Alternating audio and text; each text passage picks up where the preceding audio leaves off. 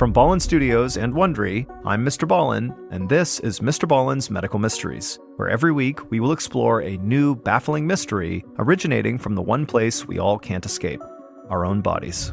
So, if you like today's story, the next time you're at the gas station with the follow button, kindly offer to pump their gas. However, don't fill up their tank. Instead, pump the gas directly into their back seat.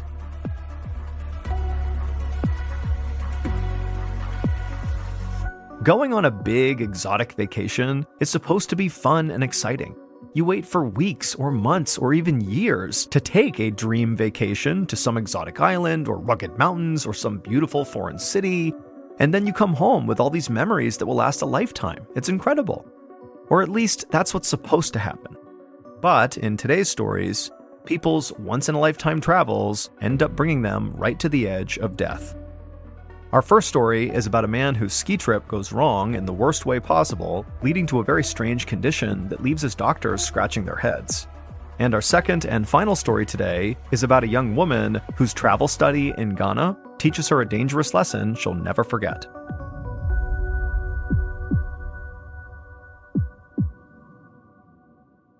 Here's our first story, The Buried Brain. Noah Schneider felt a rush of excitement as he glided on his skis down the side of a mountain. It was November of 2008, and the 25-year-old from Munich, Germany, had spent the past few days at a ski resort, happily racing through the snow with his friend Simon. Noah came to a stop and paused to enjoy the view. He and Simon were far away from the resort. They were out in the backcountry, where the terrain was much more rugged. Noah loved how wild the backcountry was, and how the surrounding forests filled the air with the smell of pine sap. Noah looked up above him and saw Simon was working his way down the slope as well.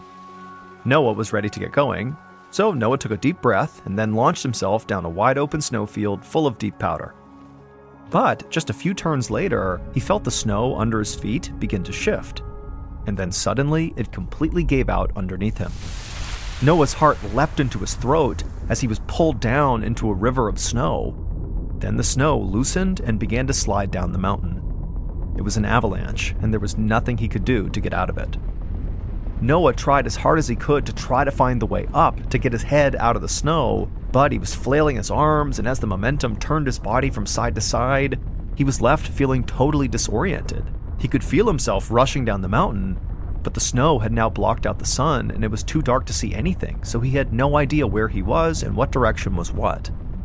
Noah wanted to scream and try to get someone to hear him, but as the avalanche grew, as it rushed down the mountain, the weight of all the new snow piling on began pressing down on his chest, making it nearly impossible to breathe, let alone speak or yell. Noah knew if he couldn't get out of here, he would be buried alive. And so, as Noah tumbled down the mountain inside of that dark snow, he was left thinking of his family and friends who he would never see again.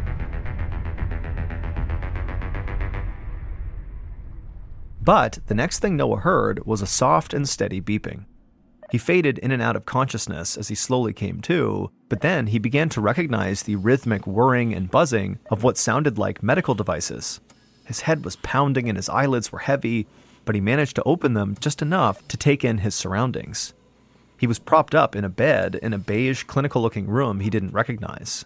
Next to him, a blue curtain was drawn, cutting the room in half. Noah realized he was in a hospital. He had somehow survived. He just had no idea how he actually had survived or how he had wound up here. A few moments later, Noah heard approaching footsteps on the tile floor. He opened his right eye just a sliver, and he saw a tall woman wearing scrubs handling one of the machines near his bed. He tried to say something to her, but when he opened his mouth, no words came out. He just basically breathed out, and that was it. But him breathing out was actually enough to get the nurse's attention. She looked over at him and smiled and told Noah she was glad to see him awake. Noah swallowed, which actually hurt a lot. It felt like his entire trachea was bruised. But he tried to speak again, and this time he was able to whisper something. He asked her what happened. The nurse explained that the previous day, Noah had been caught in that avalanche, and then he was trapped under the snow for about 15 minutes. But luckily for Noah, his friend Simon, who was a paramedic, had been able to find him, dig him out, and perform CPR. That had saved his life. Noah slowly nodded, and then suddenly understood why it hurt so much to breathe. He'd seen Simon perform CPR before, and he knew that chest compressions could be hard enough to crack a rib, and so maybe that's what happened to him. The nurse told Noah that he had been flown to the hospital by helicopter, but by the time he landed, he was barely alive. He had a ruptured spleen and a hip fracture, and for a long time while he was crushed under the snow, he hadn't been breathing.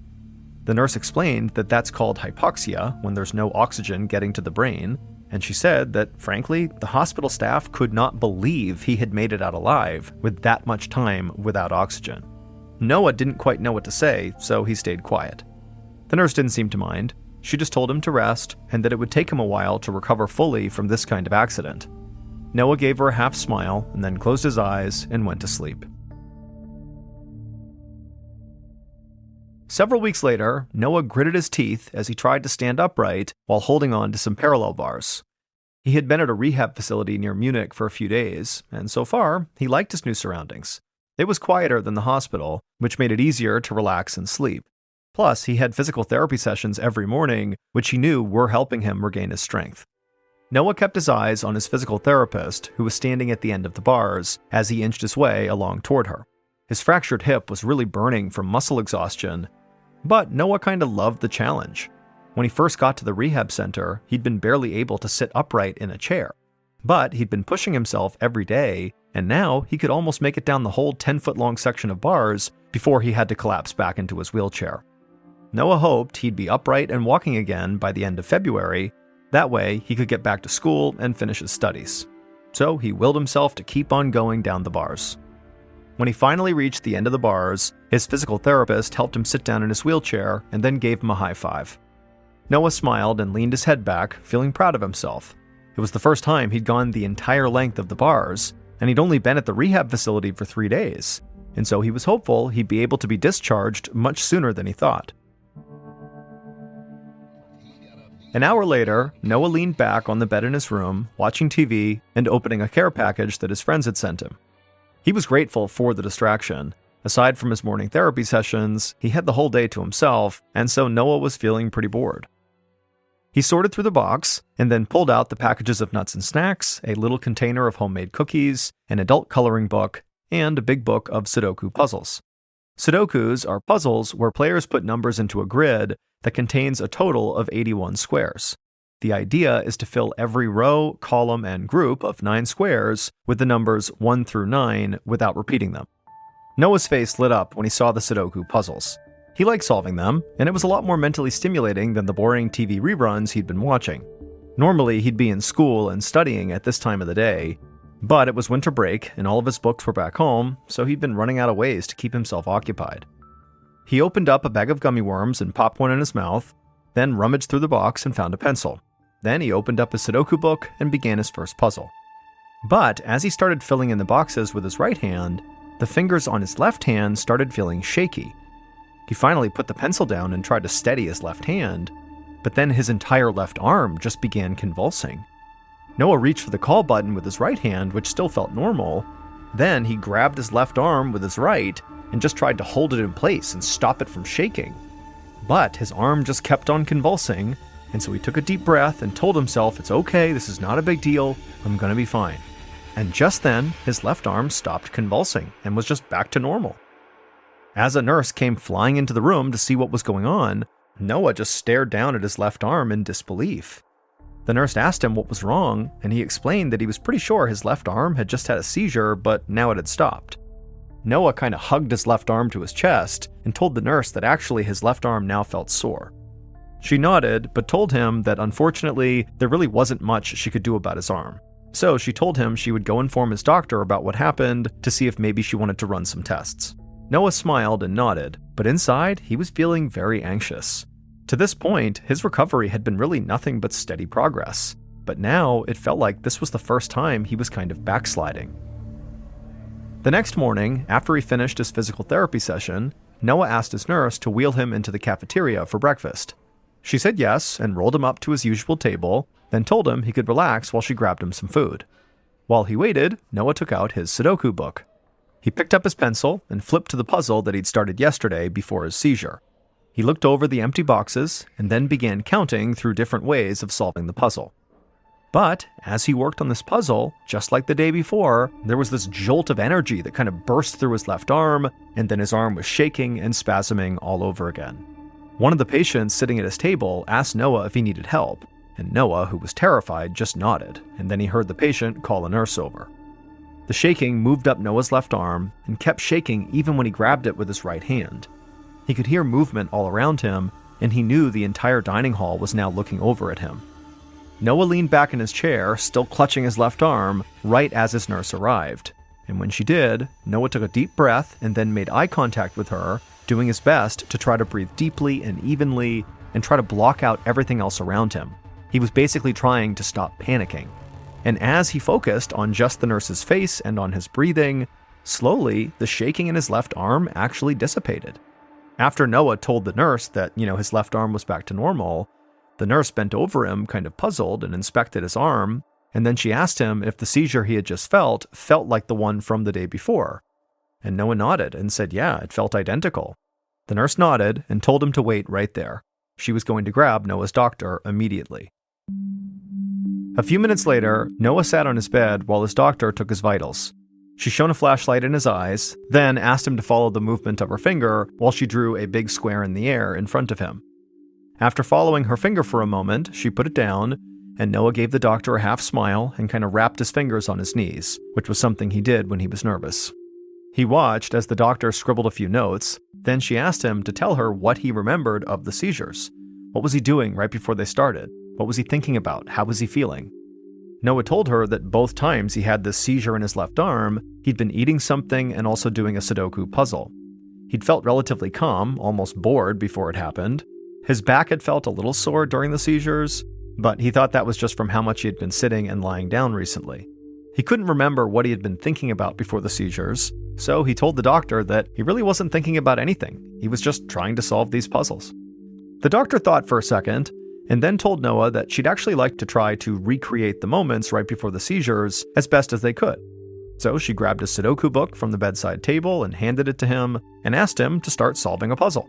Noah nodded and opened up the book to the puzzle that he'd earmarked, and almost as soon as he began trying to solve it, his left arm began to visibly spasm. He looked up at the doctor, who was staring back at him in total disbelief. She told him she was calling a neurologist right now. The next day, Baron Feddersen, who was a neurologist, looked in on his new patient from the hallway of the neurology wing at the University of Munich.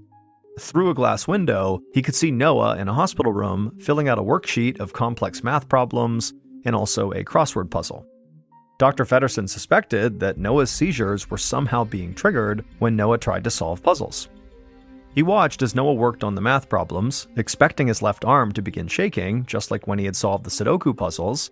But after about 10 minutes of doing these math problems, Noah's left arm was steady, and so was his right. He finished his worksheets, then put his pencil down and looked up at Dr. Feddersen through the window. Dr. Feddersen frowned. He had been so sure that it was just trying to do math that would cause Noah's arm to seize. But clearly it was not just math, because that didn't do anything. So Dr. Feddersen decided that Noah should try another Sudoku puzzle, because maybe it was just Sudoku that triggered his seizure. So the doctor brought a Sudoku puzzle into the room, and he watched as Noah began to solve it, and within moments, Noah's left hand began to shake uncontrollably. Once the seizure had passed and Dr. Feddersen was sure Noah was okay again, he took a step back and just thought for a second. There had to be something unique about these Sudoku puzzles that was causing these seizures, but the doctor just could not understand what that kind of X factor was. What was it about Sudoku puzzles that was triggering this reaction from Noah? I mean, the doctor had never heard of a case like this in all his many, many years of practicing neurology. Finally, the doctor told Noah he'd be right back. He needed to go run some tests. 30 minutes later, Dr. Feddersen watched as a nurse secured a cap containing sensors and wires to Noah's head. Then Dr. Feddersen turned his attention to his computer screen right as the nurse handed Noah a Sudoku puzzle. As Noah began working on the Sudoku puzzle, Dr. Feddersen watched squiggly lines appear on his monitor. These were Noah's brain waves, and at first, Noah's brain activity looked completely normal. Then, a section right in the middle of the screen, right in the center of Noah's brain, began to light up, just as his left arm began to shake. Noah put his pencil down as the nurse moved a bit closer, and within a few moments, the seizure stopped and his brain waves went back to normal. Reviewing the chart, Dr. Feddersen could see Noah had just suffered a classic seizure. But there was one little piece of brain activity that caught Dr. Feddersen's eye, and he realized he needed to ask Noah some questions about the way he solved Sudoku puzzles. And what he learned shocked and amazed him. It turned out that Noah pictured the Sudoku numbers in a three-dimensional grid, like a big blank cube that he could fill with numbers. Imagining the puzzle that way activated the part of his brain used for spatial reasoning called the parietal lobe. During the avalanche, while Noah was buried under the snow and unable to breathe for 15 minutes, the lack of oxygen had killed neurons in this part of his brain. So now, when he tried to use spatial reasoning to solve these Sudoku puzzles, he was overstimulating his parietal lobe, which caused a seizure. And because he did not think in 3 dimensions when he did simple math problems or crossword puzzles, those didn't trigger a reaction at all. Dr. Feddersen told Noah that there was no cure for these seizures, but he might be able to keep doing Sudoku if he imagined the numbers in a more traditional 2-dimensional way. But Noah actually was not able to work on the puzzles that way. He was too rooted in the way he typically solved these puzzles, and so ultimately he just gave up Sudoku altogether. After that, Noah's seizures disappeared, and he was able to leave the rehab facility a few weeks later. Other than giving up Sudoku, one of his favorite games, he would make close to a full recovery.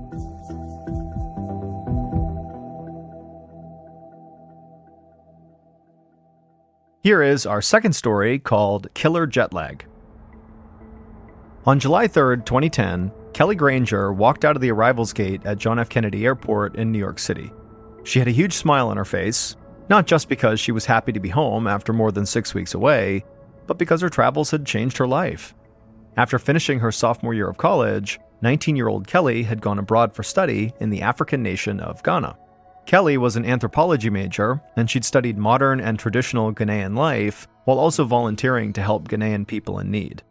On weekends, she and her classmates had traveled all over the country. She'd made some local friends she hoped to stay in touch with forever. All in all, this trip had been one of the best times of her entire life. Kelly made her way to the baggage claim area, where her family was already waiting for her.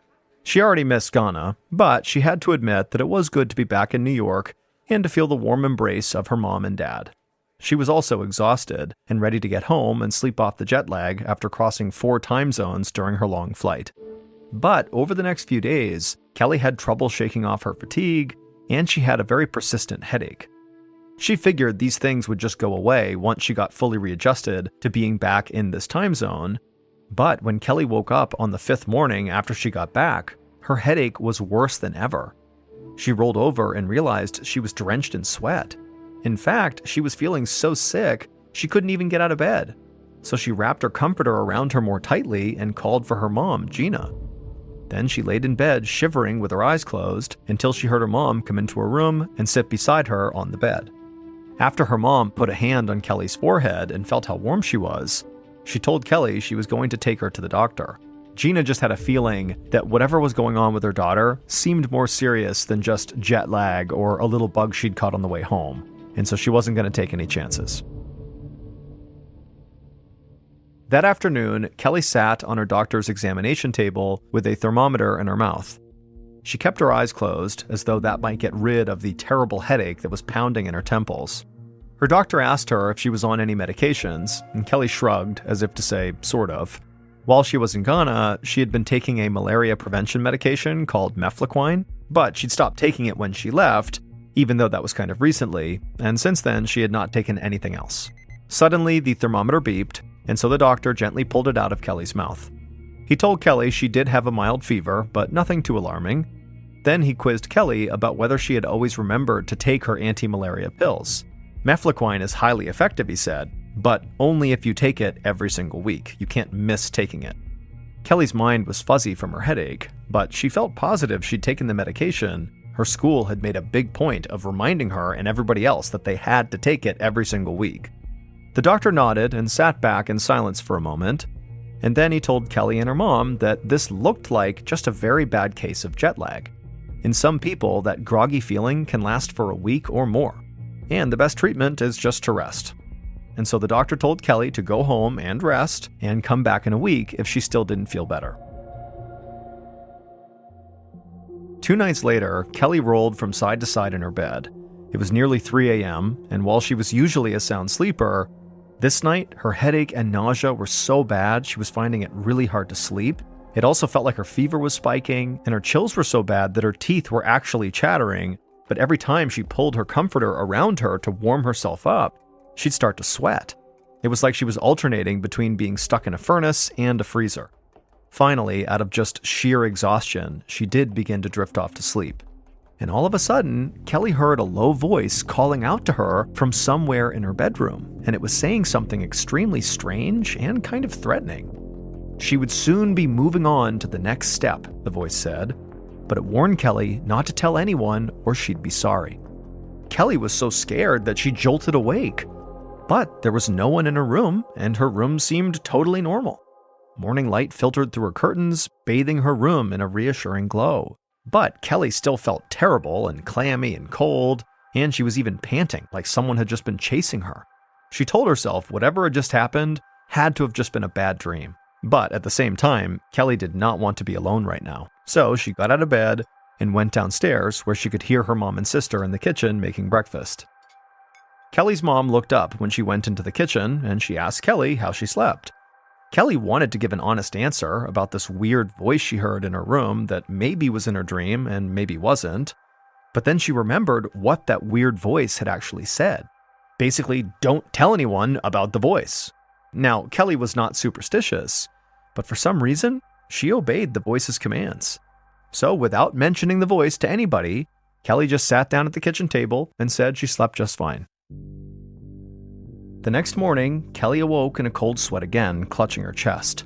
The deep voice was back again, telling her she was nearly ready for the next step.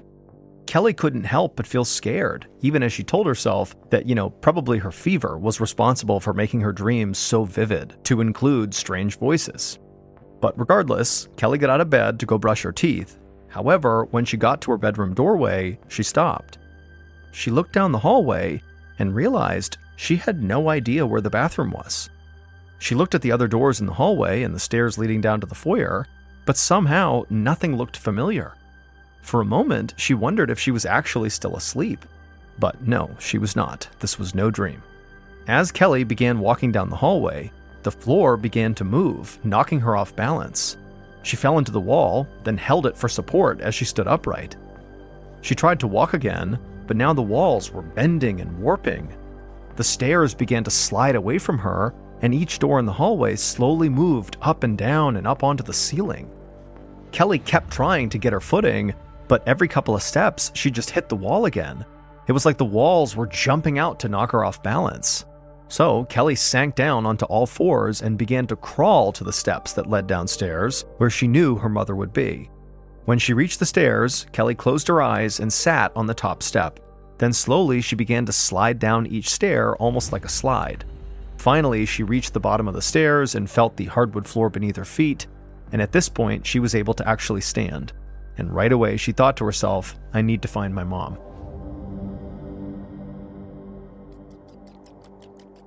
Gina was standing over the stove scrambling eggs when Kelly came into the kitchen with a blank look on her face and totally covered in sweat. As Kelly walked toward her mother, she kind of staggered into the wall. Gina exchanged confused glances with her other daughter, Jessica, who was sitting at the kitchen table waiting for eggs, and then Kelly stumbled over to the table too and sat down, staring at the wall. Not really sure what was going on with her daughter, Gina just asked Kelly if she'd like some scrambled eggs too. But Kelly didn't answer.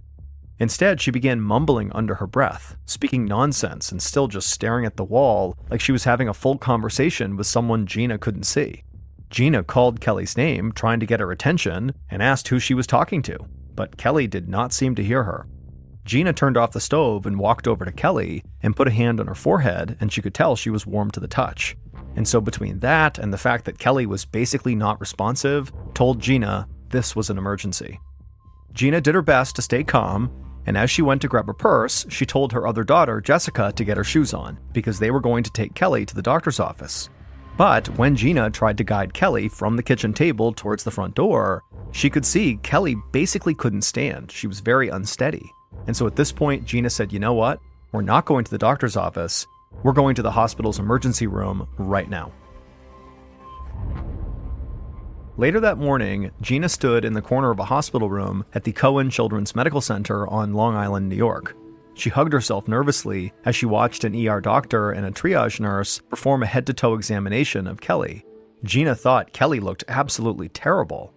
Under the bright fluorescent lights in the ceiling, Kelly's skin and eyes looked yellow, a condition Gina knew was called jaundice, but Gina had never seen it in person before.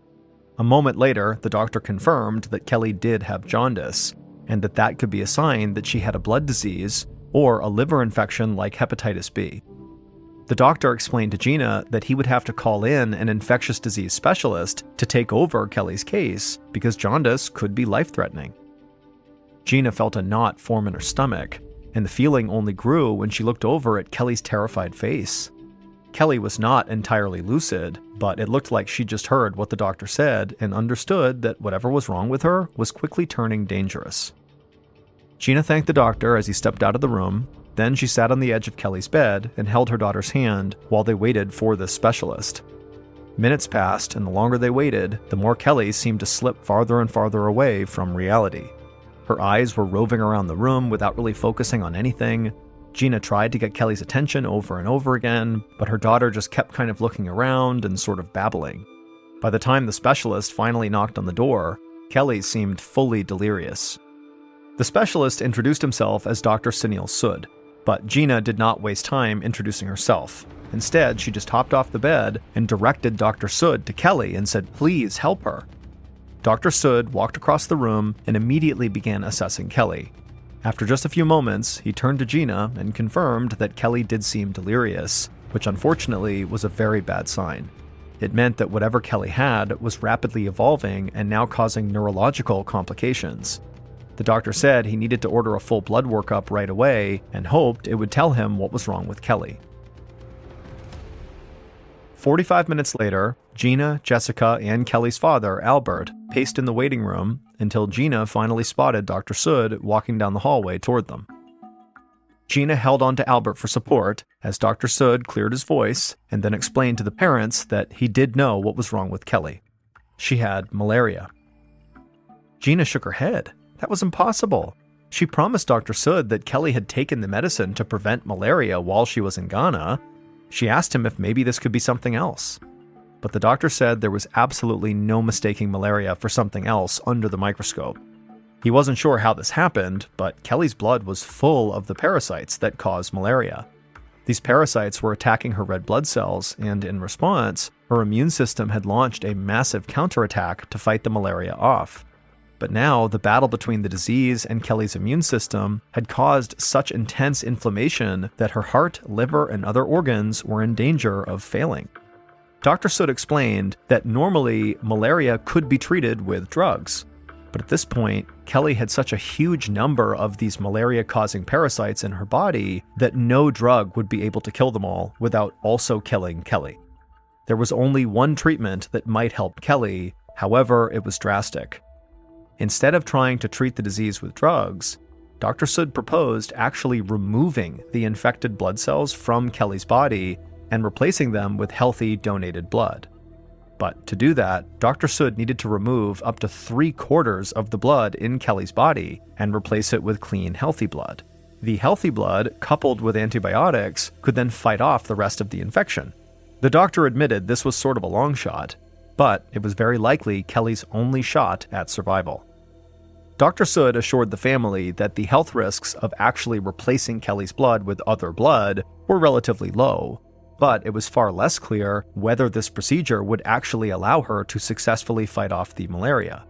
And so, for the next several hours, Gina sat by her daughter's bedside as the infected blood was extracted from her body and the new blood was fed back into her body through other tubes. The entire time, Gina prayed as she never had before. Finally, the last of the new blood trickled into Kelly's arm, and all of the bad blood was out by this point. And so Dr. Sood came back into the room to tell Gina that Kelly's procedure was now over. And so now her daughter would stay unconscious for a while as her body adjusted, and then everybody would just have to wait at least several hours to see if this procedure had actually worked. After 3 long, anxious hours of waiting, Kelly's mother, Gina, could hardly stand it anymore.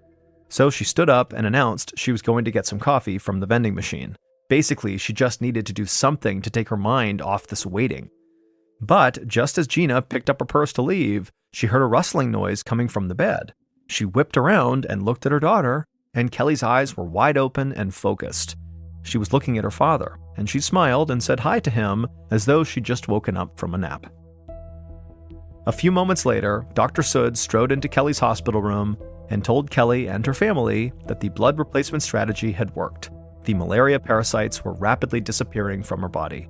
Gina smiled at him and thanked him over and over again for saving her daughter. But there was one thing that still didn't make any sense to her. She didn't understand how her daughter could have gotten malaria in the first place. Just then, Kelly cleared her throat. She was finally clear-headed enough to remember everything about the medication she'd taken. She said that she definitely took all of her anti-malaria pills, but there was one small thing she'd forgotten. Just before she came home from Ghana, she forgot to use bug spray when she took a hike in the rainforest, and she did remember getting bit by mosquitoes. But she always thought she was safe as long as she took her pills.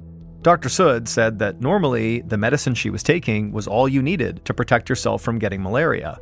But Kelly was just very unlucky. The mosquito that bit her had carried a much more potent form of malaria that overwhelmed both the anti-malaria medicine and her own body's defenses.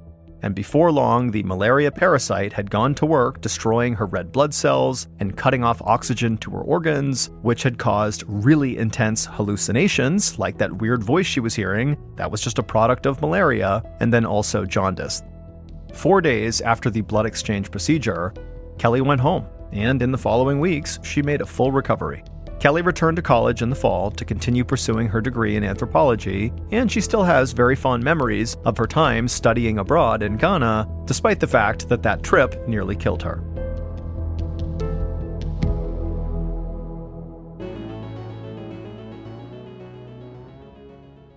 In 2007, the now famous cult classic movie, Into the Wild, was released to movie theaters for the first time. The movie, which is based on a true story, centers on the life of a young man named Christopher McCandless. In 1990, Christopher graduated from a really good school with honors, and by all accounts, he could have gone on to get a really good, high-paying job, but Christopher didn't want a job. He wanted freedom. And so without telling his parents, because they would not have been happy about this idea, he gave away all of his possessions, he gave all his money to charity, and he headed off to Alaska to live off the grid by himself. He eventually would find this rusted-out old city bus in the middle of the Alaskan wilderness, and he would make this bus his shelter, and he would live inside of this bus for 113 days before he unfortunately died of starvation. While Christopher's story is obviously tragic, the movie about his life, Into the Wild, really focuses on Christopher's unrelenting spirit and his constant drive towards getting the thing he wants the most, which is freedom. And so at the end of this movie, the audience is left feeling not sad, but inspired.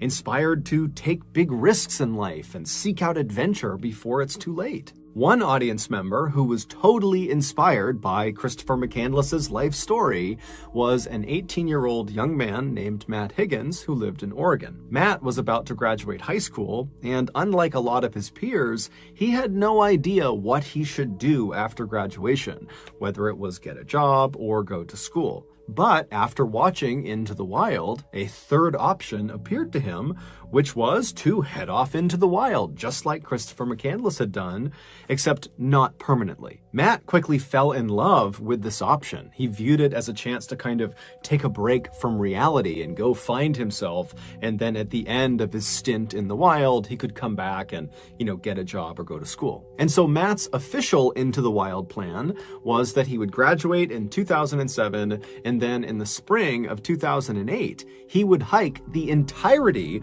of of the California section of the infamously rugged and beautiful Pacific Crest Trail. And he would do this all on his own. This section of the Pacific Crest Trail that he planned on hiking was roughly 1,700 miles long.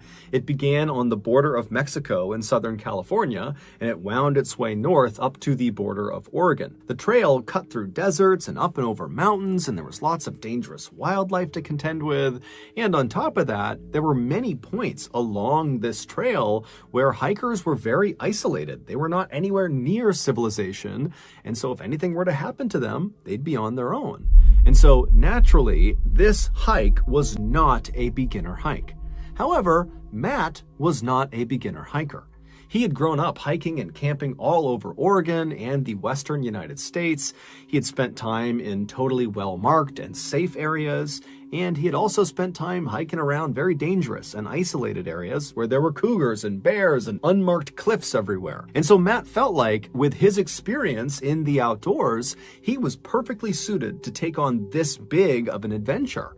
And in many ways, that was true. However, something was going to happen to him while he was out on the Pacific Crest Trail that no amount of hiking or camping experience could have prepared him for. So Matt graduated from high school in 2007, and in keeping with his plan, in the spring of 2008, he packed up his stuff, he headed to the airport, and he flew south to Southern California. And when he got there, he made his way all the way south to the border of Mexico, and there he picked up the start of the Pacific Crest Trail, and he began heading north. For the first few weeks of his hike, Matt would spend the entire day hiking as far as his body would allow him, and then at night, when it got too dark or when he got too tired, he would just set up his campsite right off the edge of the trail, and then after a quick bite to eat, he'd climb inside of his tent and he'd go to sleep. And then the next day, he'd get up early and he'd do it all over again. During those first few weeks, the only real adversity that Matt ever faced, beyond just kind of normal fatigue from long-distance hiking, was at one point he got a little dehydrated, and another time he almost stepped on a rattlesnake. So besides those two things, really the hike had actually been fairly routine by Matt's standards. But when he reached the Lassen National Forest, which is a very dense forest in Northern California, located about 150 miles from the end of his hike, so the border of Oregon, when he got there, this hike of his would become anything but routine. Not long after stepping foot in Lassen Forest, Matt found himself walking along this winding dirt path where the trees on both sides of this path were pressed tightly up against the edges of this trail, and because of how densely packed the trees were together, it was almost like he had these walls on either side of him that extended 100 feet into the air. And so it was very quiet and it was very dark as he was walking along, but Matt was enjoying it. All he could hear was the chirping of birds and the insects buzzing around him. It was peaceful. And so Matt's just kind of meandering his way through the forest. He's in no rush. And at some point, the trail he was on banked hard to the right. And so he makes this turn, and as he does, he looks up, and what he sees kind of startles him. About 20 feet away from him, off to the right side of the trail, is this big boulder, and sitting on this boulder are two middle-aged people, a man and a woman. They were both dressed head to toe in white. They both looked very dirty and disheveled. The man had this big, unkempt beard, and both of them were just staring daggers at Matt. And so Matt felt awkward, and he immediately looked down as he continued walking towards them. But as he got within a few feet, he looked up and kind of awkwardly smiled at them and waved and said hi, and they didn't respond. They just continued to stare at him with no discernible expression on their face, and they watched him as he walked right past them. And so after Matt walked past these two people in white, he felt really uncomfortable because he knew they were still definitely staring at him as he walked away, and he didn't want to turn around and meet their eye contact. And so he's just kind of walking away, feeling that uncomfortable feeling of someone staring at him, and he's thinking to himself, why didn't they at least wave or acknowledge him in some way? Especially considering the fact that on the Pacific Crest Trail, people go days without seeing other people. Matt, in fact, had not seen another person in days until he saw these two. And so he's thinking, how rude is that to just completely not react when another person walks past you on this trail? But Matt told himself, you know what, I don't know these people. I don't know what their issues are. For all I know, they're foreign and they didn't understand what I said. And so maybe that's why they didn't say hello back. Who knows? But you know what? It's none of my business. And so Matt just continued walking along. He never turned around to look back at these two people in white. He just carried on.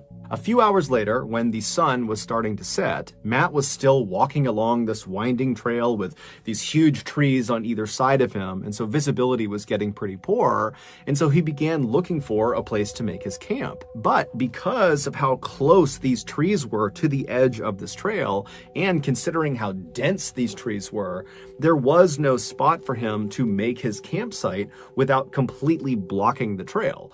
And Matt did not want to block the trail for other people, and so what he did is he left the trail and he walked 300 feet or so into these thick trees where he found this little clearing, and that's where he set up his tent. Once it was all set up, he made some food for himself on his little stove, and then after he was done eating, he packaged up all of his leftover food inside of a waterproof bag. Then he sealed that up, and then he tied some cord to the bag and threw the bag up and over a branch of a nearby tree and kind of tied it off so the bag was sitting well off the ground.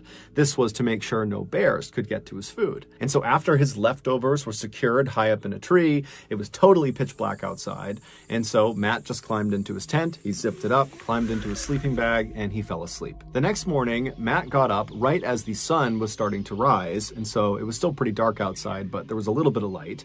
And so Matt unzipped his tent and he looked outside, and the first thing he noticed was his bag of food that he had put up in the tree was gone. And so Matt stepped out of his tent and he looked around thinking, maybe it fell to the ground or something, but it wasn't there. It was just gone.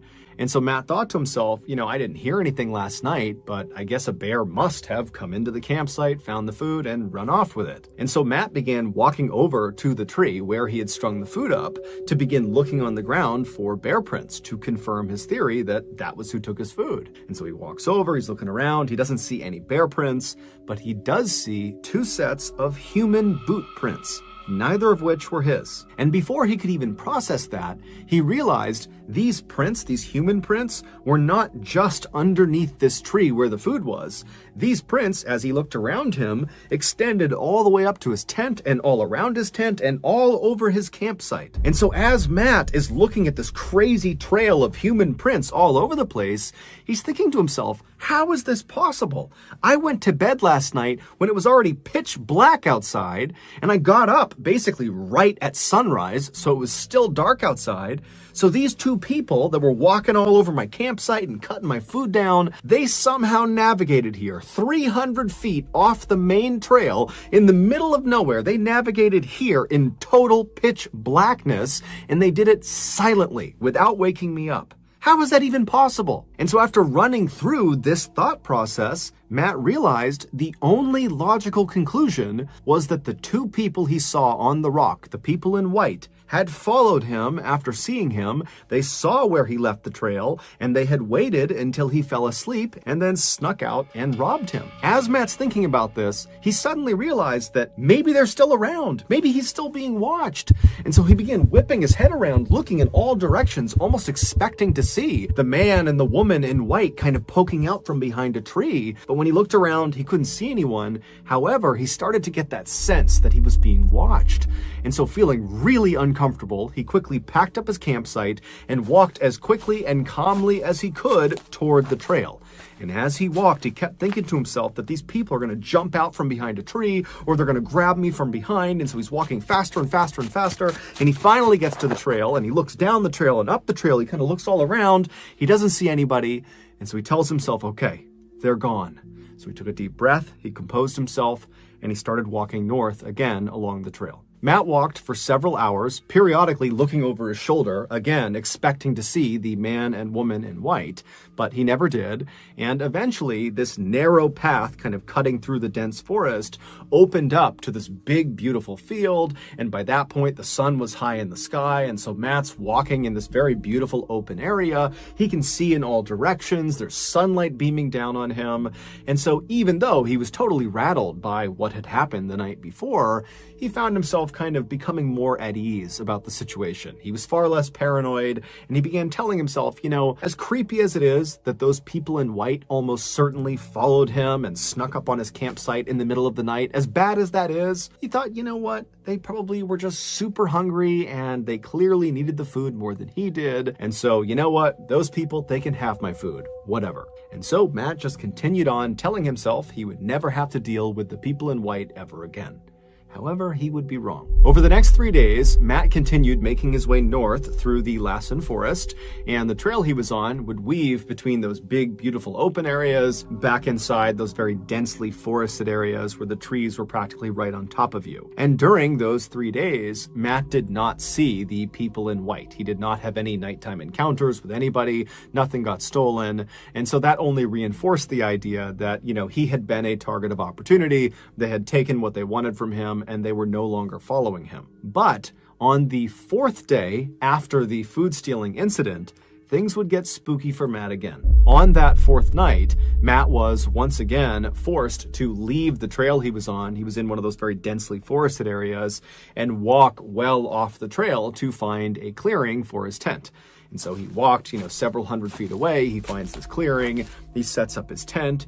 And then also he sets up a perimeter of sticks all around the outside of his campsite. This was a precaution he had begun taking after the food stealing incident. These sticks were an early warning system where if any animal or person came too close to his campsite, they would step, in theory, on these sticks and they would break and they would alert Matt in the middle of the night. And so after his campsite was all set up and all prepared, Matt sat down and had a quick bite to eat, and then after storing his food, he climbed inside of his tent and he fell asleep.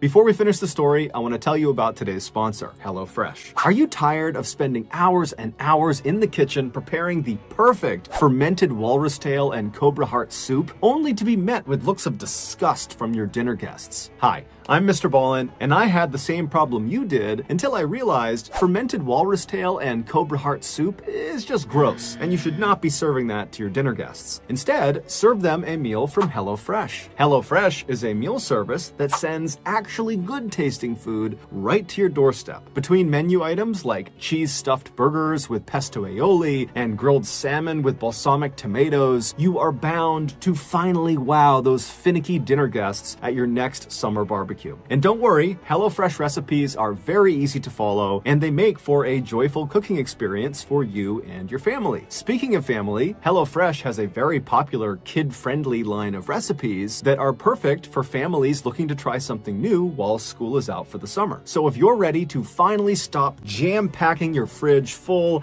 of all those uneaten fermented walrus tails and cobra hearts, packing your fridge full of uneaten fermented walrus tails and cobra hearts, then you need to sign up for HelloFresh.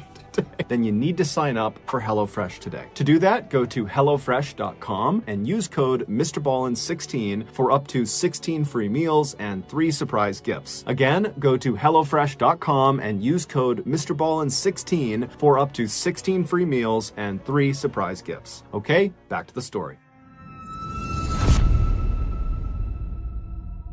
A few hours later, Matt suddenly woke up. Now, when he woke up, he opened his eyes, but it's pitch black in his tent, there are no windows in his tent, and it's pitch black outside. So even with his eyes open, he can't see anything. And so he's just laying there with his eyes open, but it's total darkness, and he's just listening intently because he doesn't really know why he woke up, if something startled him, or if there's no reason at all. And so he's just laying there and he's listening, and as he's listening, he hears the distinct sound of something stepping on one of the sticks in his perimeter.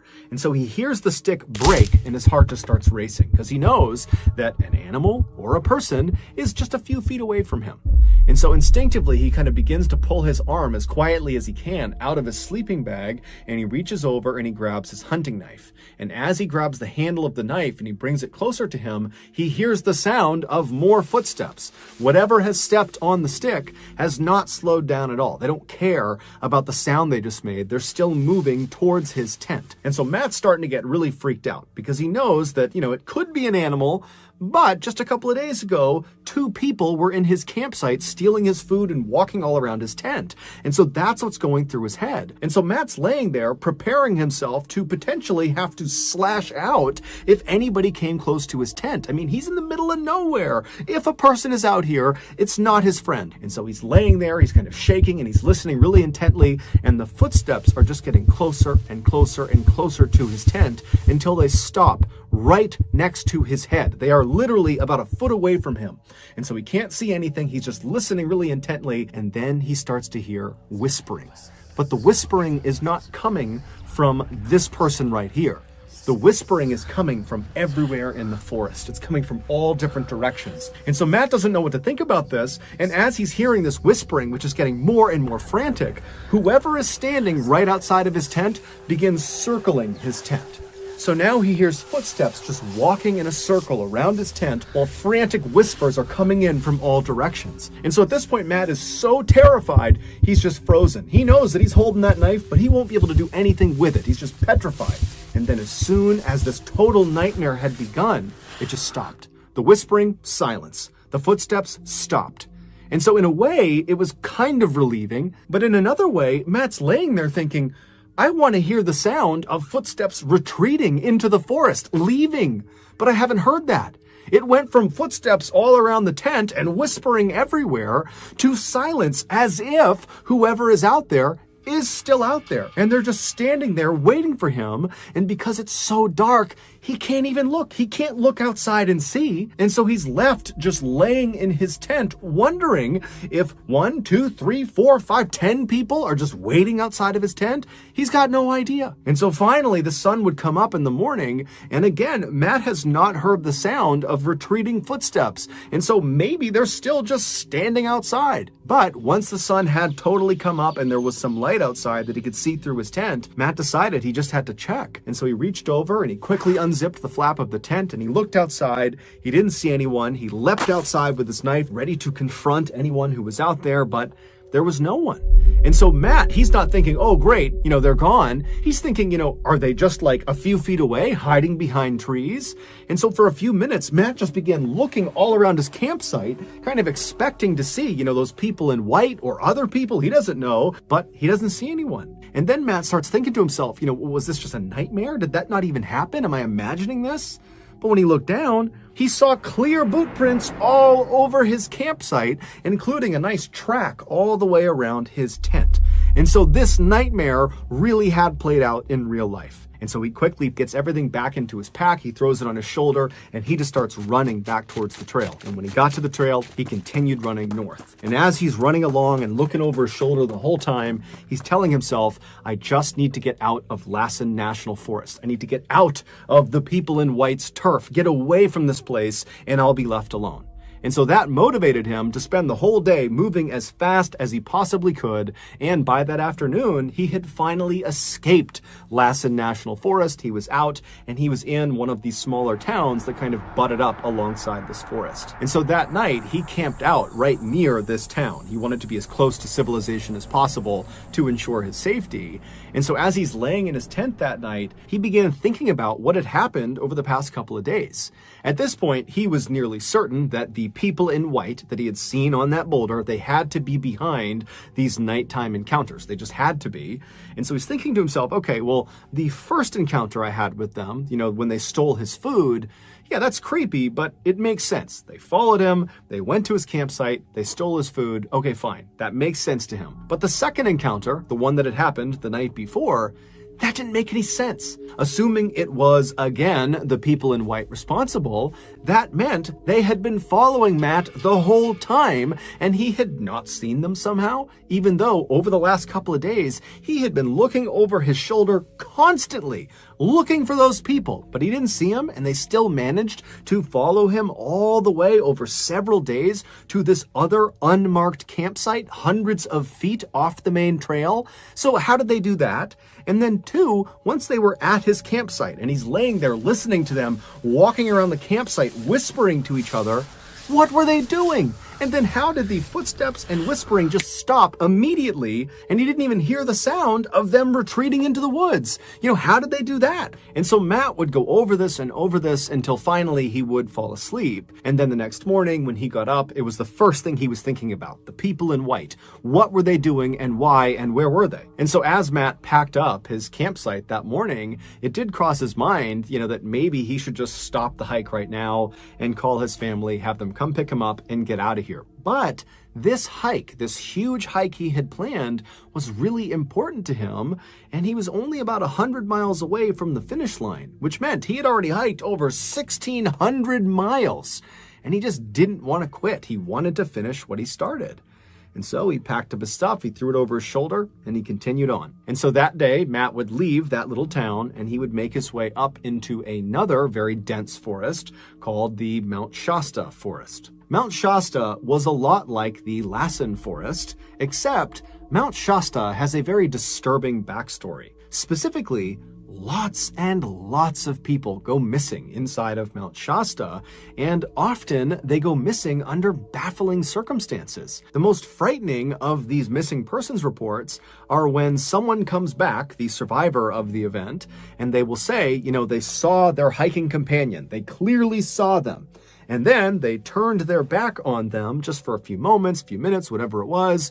And when they turned back around, the person they were with was now gone. No trace of them, nothing. They're just gone. And despite a massive search for them, they're never found again. There is a distressing number of missing people in Mount Shasta that sound just like that. It's totally terrifying. So with that in mind, Matt makes his way into the Mount Shasta forest, and even though it totally stressed him out to once again be walking on these dirt pathways where the trees are very tight on either side of you, they're very dense, and as he's walking, he's kind of looking in both directions, expecting to see somebody watching him. Despite feeling that way, Matt just continued to stay focused and kept telling himself to just continue on, because you're so close to the end. And so the first 3 days that he was in the Mount Shasta forest, Matt would just keep his head down, and very stoically every day he would just hike as far as he possibly could. In the evening, he would set up his campsite either right off the trail or maybe a little ways off the trail in a clearing, and he didn't have any run-ins with the people in white or anybody else for that matter. He was totally left alone. But on his 4th day in the Mount Shasta forest, all that would change. On that 4th day, Matt found himself not inside one of those very dense forested areas, but rather in this very open trail that was up on the side of this mountain. And because this trail was fairly high up in elevation, the tree coverage was fairly sparse, and so there was great visibility. He could see miles ahead of him, and when he turned around, he could see miles behind him. And so Matt is just walking along this trail, kind of enjoying the day. It's beautiful outside. And at some point, he turns around and looks behind him. Now, all day he'd been doing that, and he had not seen anyone. But this time, when he turned around, he saw 2 little white dots, miles and miles back, slowly making their way along the trail that he was on. It was the people in white. They were back. At this point, Matt was at least 50 miles or more away from that first place he had walked past the people in white when they were sitting on that boulder, which meant, 1, Matt was right. These people in white really had followed him and almost certainly were responsible for the nighttime visits he was getting.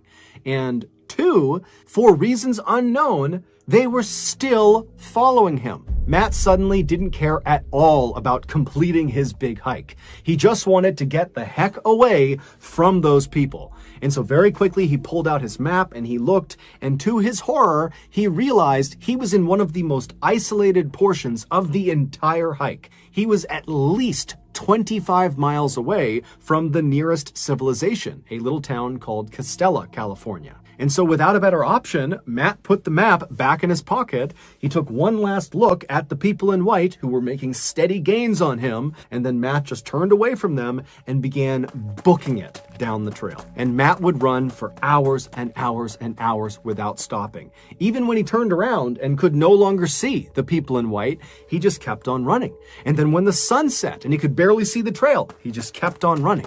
It literally wasn't until it was so dark outside that he actually couldn't see the ground anymore that Matt finally, totally exhausted, came to a stop. And then from there, he turned and left the trail and walked way away from the trail, hundreds of feet deep into the forest, to get as far away from these people in white as he possibly could.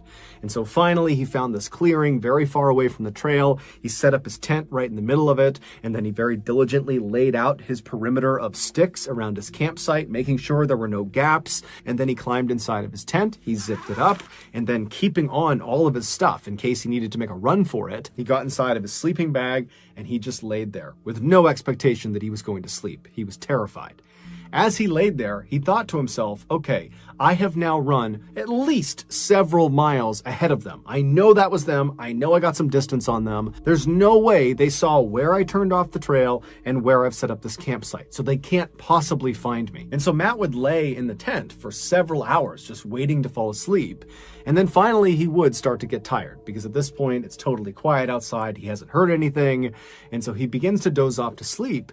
And as he's getting more and more tired, he hears the sound of someone stepping on his perimeter of sticks.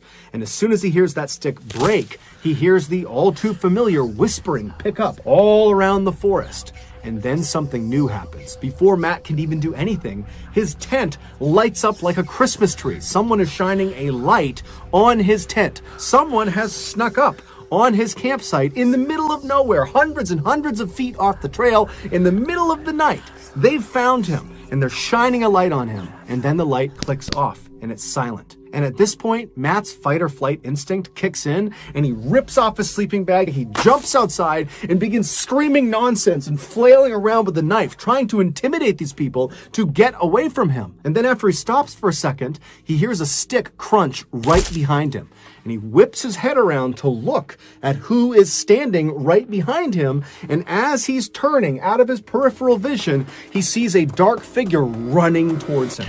He doesn't think twice, he just turns and begins running away from the campsite. Now remember, it's pitch black in the forest. There's trees everywhere. And so Matt's smashing into trees, branches are hitting him, he's falling to the ground, but he is on a pure adrenaline high and he is just sprinting as fast as he possibly can away from this person who is likely still chasing him. And after 5 minutes of running, he stumbles and falls forward and kind of lands at the base of this fallen tree. The tree had landed in such a way that it was kind of propped on a rock. So there was a small gap underneath the tree.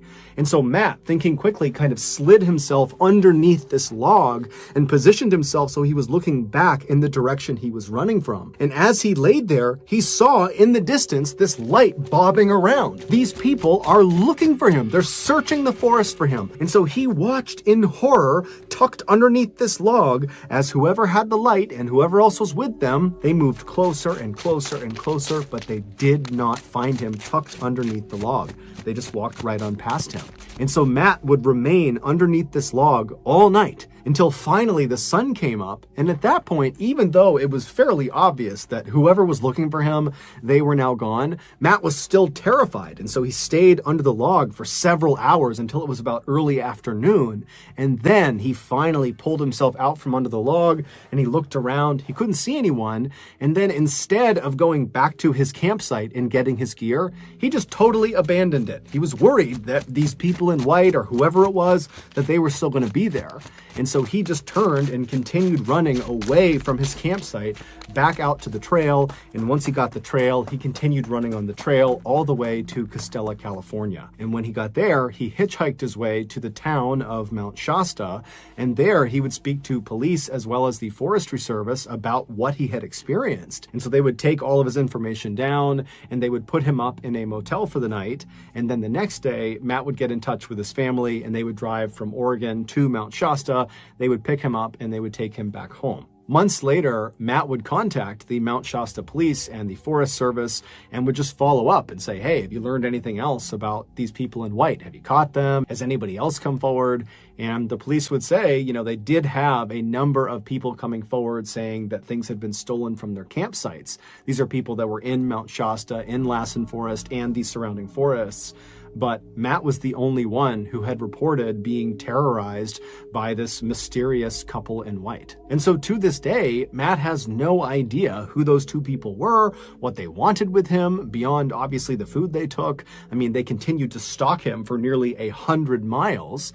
And he has no idea how they were able to keep finding his campsites that were hundreds of feet off the main trail in unmarked areas that they would somehow navigate to in total darkness without alerting Matt. It's all a big mystery.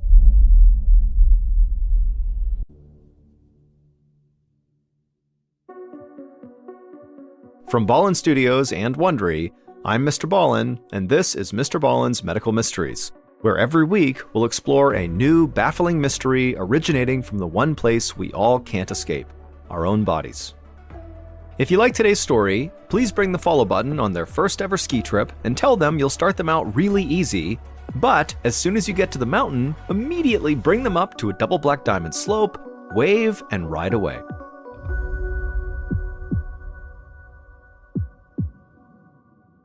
This episode is called The Birds.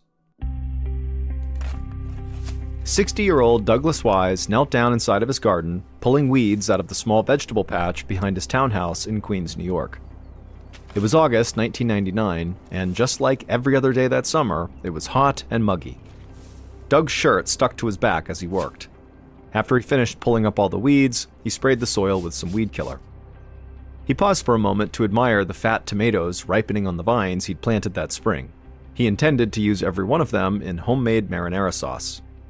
When his garden was looking neat and trim, Doug gathered the weeds into a garbage bag and then took them to the compost bin inside of his garage. Doug tried not to gag as he opened the lid. On hot days like this, the bin could smell absolutely disgusting. He dumped the weeds onto the decaying pile of eggshells and table scraps.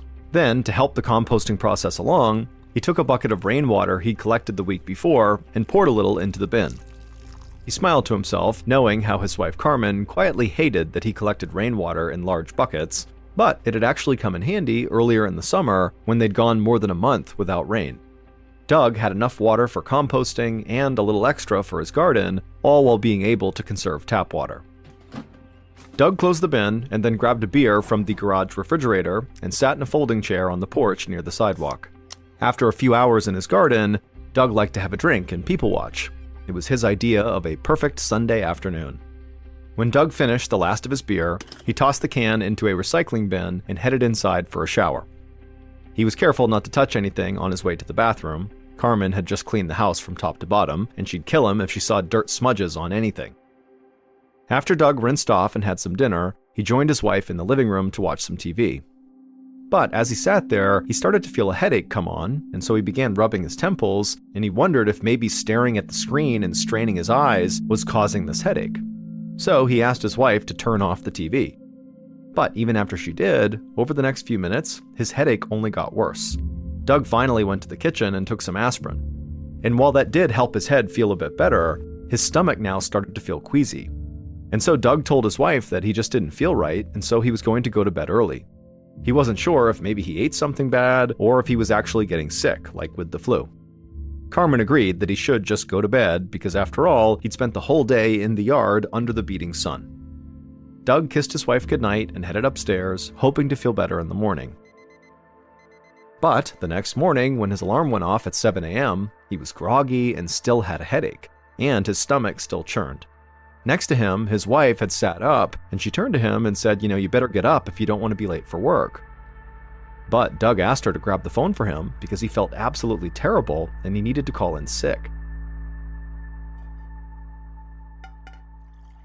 3 days later, Carmen ladled some chicken noodle soup into a bowl, then placed it on a tray alongside a glass of ginger ale and some saltine crackers. Carefully, she carried it all up the stairs to the bedroom. Doug was in the bedroom, in bed, propped up on pillows. After 3 days of feeling totally sick, he'd lost a lot of fluids and looked very pale. As she set the tray onto the bedside table, she told her husband that she'd also bring him up a Gatorade. Carmen frowned as Doug nodded feebly. Her husband had been sick only a handful of times over the years, and when he was, it was rarely for more than 24 hours, and he had never been this weak and pale. Whatever bug her husband had caught, it had knocked him flat out. Carmen left the bedroom and headed downstairs to get the Gatorade from the fridge, and then when she had it, she went back up the stairs, and when she went back into the bedroom, she was surprised to see that Doug was not eating his soup. She asked if he was hungry, and Doug said that he was, but he said his hands were not steady enough to hold the bowl. Then he asked for Carmen's help walking to the bathroom. He said he was just too weak to get up on his own. Now Carmen was truly concerned. As she helped her husband to his feet and led him to the bathroom, she did her best to conceal her worry. Once Doug came out of the bathroom and was tucked back into his bed, Carmen asked him if he'd like her to feed him some soup. But Doug didn't respond. Instead, he just kind of stared out the window like he didn't even hear her. For several moments, Carmen spoke Doug's name with increasing urgency, but he just continued his glassy stare, saying nothing. Carmen was now terrified. She thought maybe Doug was having a stroke, so she grabbed the phone and called 911. It took a few minutes for an ambulance to arrive. While they waited, Carmen sat on the edge of the bed as Doug seemed to slip in and out of a trance, at times barely registering what was happening around him. By the time the paramedics arrived and moved Doug onto a stretcher, he was barely conscious. Carmen followed the paramedics downstairs and then out to the ambulance waiting in the driveway. She prayed silently as 2 EMTs hoisted up Doug's stretcher and secured it in the back of the ambulance. Then one of the men turned around and offered Carmen a hand, helping her into the back of the ambulance as well. Carmen took a seat on the bench, keeping one hand on her husband. As they sped towards the hospital, for the first time in her life, Carmen worried about losing her husband. Once the ambulance arrived at Flushing Hospital, Doug was rushed into the emergency room while a nurse brought Carmen to the waiting area. After about a half hour, a doctor wearing scrubs and a lab coat approached Carmen and brought her to Doug's room. Doug was lying in bed, still looking a bit out of it, with an IV hooked up to his arm. Carmen rushed over to him and kissed his forehead. The doctor told Carmen that he was fairly positive Doug had pneumonia, and if everything went well, he'd be back to normal in just a few days. Carmen squeezed Doug's shoulder, relieved to hear that he'd be okay. Later that same afternoon, the infectious disease specialist at Flushing Hospital, Dr. Debbie Asnes, was pouring herself a cup of coffee in the staff break room when her pager beeped. She checked the message and saw there was an emergency downstairs and she was needed right away. Dr. Asnes raised her eyebrows. It was unusual for the infectious disease specialist to be paged to the emergency room. If she was being called, it had to be a very unusual case that required outside-of-the-box thinking. And Dr. Asnes loved a challenge. Throughout her nearly 20 years as a doctor, she'd always been drawn to puzzling cases. She'd spent a lot of her career researching HIV, and she'd witnessed firsthand how bad things could get when doctors did not understand how a disease worked. So without a second thought, she set her coffee down, headed out of the break room, and ran to the elevator. The moment the elevator doors opened back up on the ER floor, she could hear a man's voice carrying down the hallway. He was yelling about some strange woman standing near his bed. As Dr. Asnes approached, the ER doctor who had paged her popped his head out of the man's room and waved her in. The patient who was yelling was Doug. For the first few hours he'd spent in the ER, he'd mostly just slept, but he'd woken up in a sudden panic, and now he was yelling incoherently at the people all around him. At the same time, Carmen, his wife, was standing by his side, trying to remind him who she was. As Dr. Asnes watched this, she immediately noticed something strange. Despite being agitated, Doug's arms and legs remained still and limp on the hospital bed.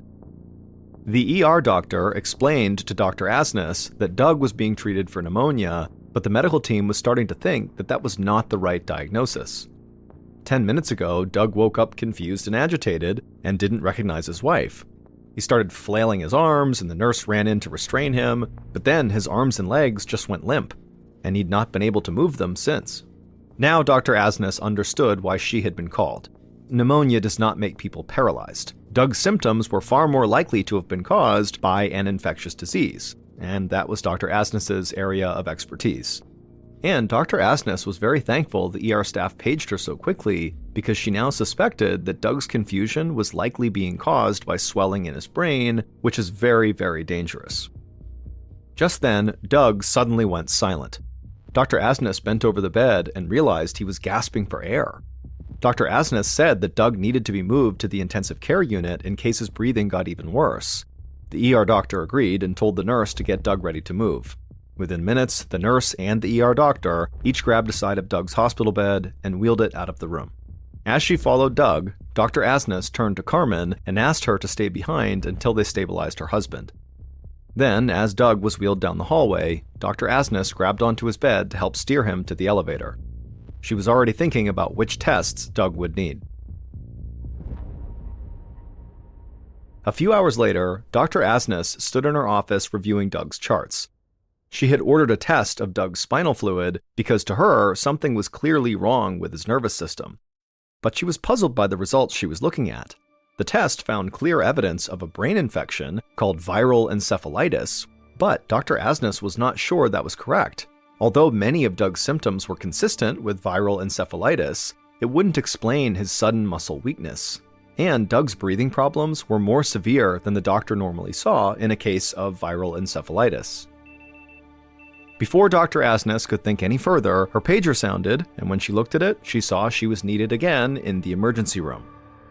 So Dr. Asness ran back to the elevator, she took it down to the main floor of the hospital, and then she began running down the hallway towards the ER. But when she was only about halfway down the hallway, a colleague came out of the ER and ran right up to her and began telling her about the emergency that she was being called to. A man named Harold Marsh had been rushed in from his home in Queens, which was not far from Doug's home, after suffering a massive heart attack. But it wasn't the heart attack they wanted to talk to her about. They were afraid the heart attack was only part of this man's problems. The colleague from the ER explained to Dr. Asness that like the first patient, Doug Wise, Harold, the second patient here, was older but active and healthy. His family reported that he had suddenly developed muscle weakness, flu symptoms, and worst of all, a staggeringly high 105-degree fever. Dr. Asness felt a knot growing in her chest. Fevers that high were practically unheard of in heart attack patients. Dr. Asness thanked her colleague and then just ordered Harold to be moved immediately to the ICU. Her mind was racing as she began to connect the dots. Two men living only blocks apart had both come down with the same mysterious symptoms in less than a week. This could be the beginning of an outbreak. For the moment, Harold was stable, so Dr. Asness hurried back to her office to have some time to think. But as soon as she arrived on the 4th floor where her office was, she saw a nurse sprinting into Doug Wise's room. So Dr. Asness ran down the hallway and went into Doug's room as well, just in time to see a colleague shove a breathing tube down Doug's throat and hook him up to a ventilator. The colleague, who was an ICU doctor, then explained to Dr. Asness that Doug's muscle weakness was now so severe that his lungs had basically stopped working. Dr. Asness was thankful her colleague had acted so quickly, but she was afraid this was only the first case of something much bigger. And if others out in the streets were contracting this virus, the consequences could be catastrophic. Dr. Asness turned on her heel and rushed toward her office. She needed to alert the New York Health Department right away.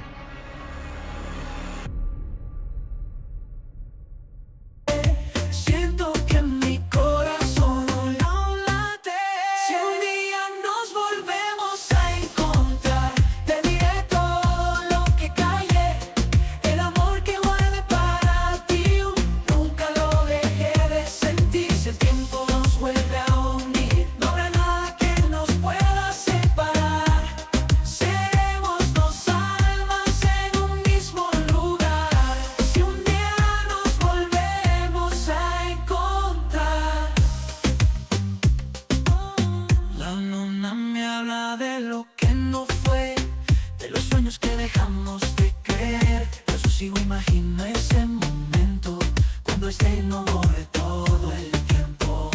Tal vez el destino nos puede. 5 days later, on August 27th, a medical investigator at the New York Department of Health hung up the phone in her office, wishing she'd never answered it in the first place. Her name was Annie Fine, and after a long week of work, she was ready to go home. She was knee-deep in planning her wedding, and she and her fiancé had wanted to knock out as many to-do items as possible over the weekend, but instead it looked like she would spend her weekend at Flushing Hospital. A doctor there had called in a potential outbreak on Monday, and after several days of discussions and 3 more patients in the hospital with identical symptoms, her boss had finally decided it was worth investigating. Dr. Fine reminded herself that, in all fairness, she was the on-call epidemiologist that weekend. That meant she would be responsible for any emergency that came up. But in addition, her boss and good friend, Dr. Marcy Layton, had asked her personally to help out, and she was always game to help Dr. Layton. So on Saturday morning, Dr. Fine woke up a minute before her alarm clock began screeching. She managed to turn it off before it had the chance to wake her fiancé, and then she quietly got out of bed. Half an hour later, she headed down the stairs of her apartment building and saw Dr. Layton's car parked outside. She smiled as she jumped into the passenger seat, and Dr. Layton laughed and apologized for interrupting her weekend plans.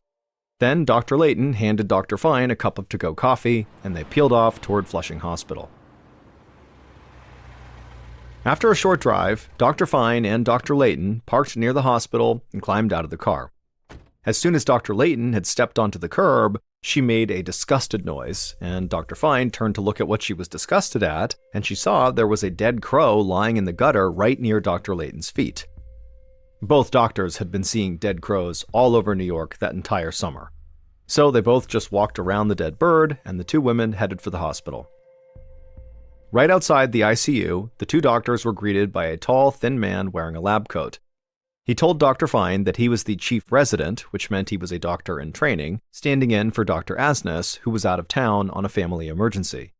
He explained that in the 5 days since Dr. Asnes first called the Department of Health about her first two patients, 3 more people had been admitted to Flushing Hospital with symptoms of viral encephalitis.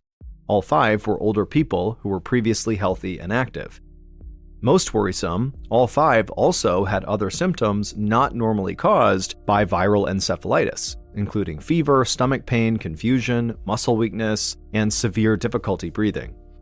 The chief resident added that all 5 patients had declined really quickly. 4 were now on ventilators, and the 5th was not, but they were delirious with pain.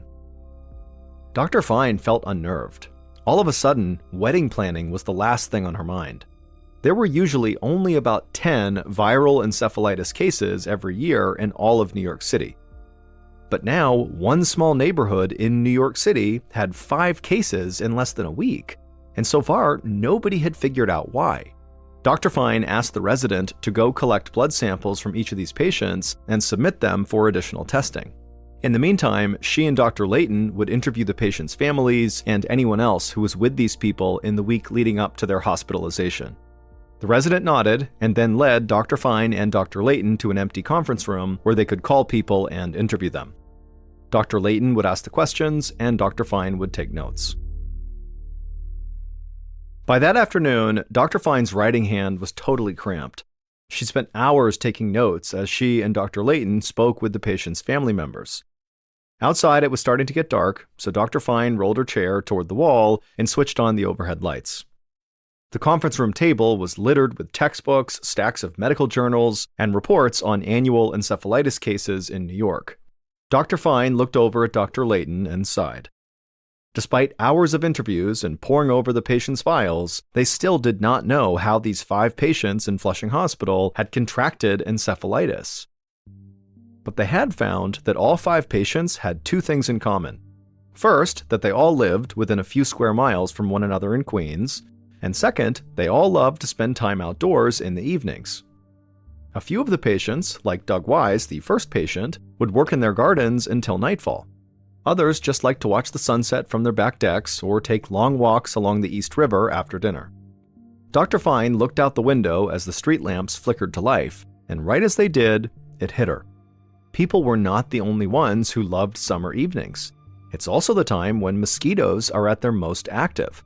All 5 of their encephalitis patients were probably swatting away mosquitoes as they gardened or walked or gazed at the sunset in the gathering darkness each night.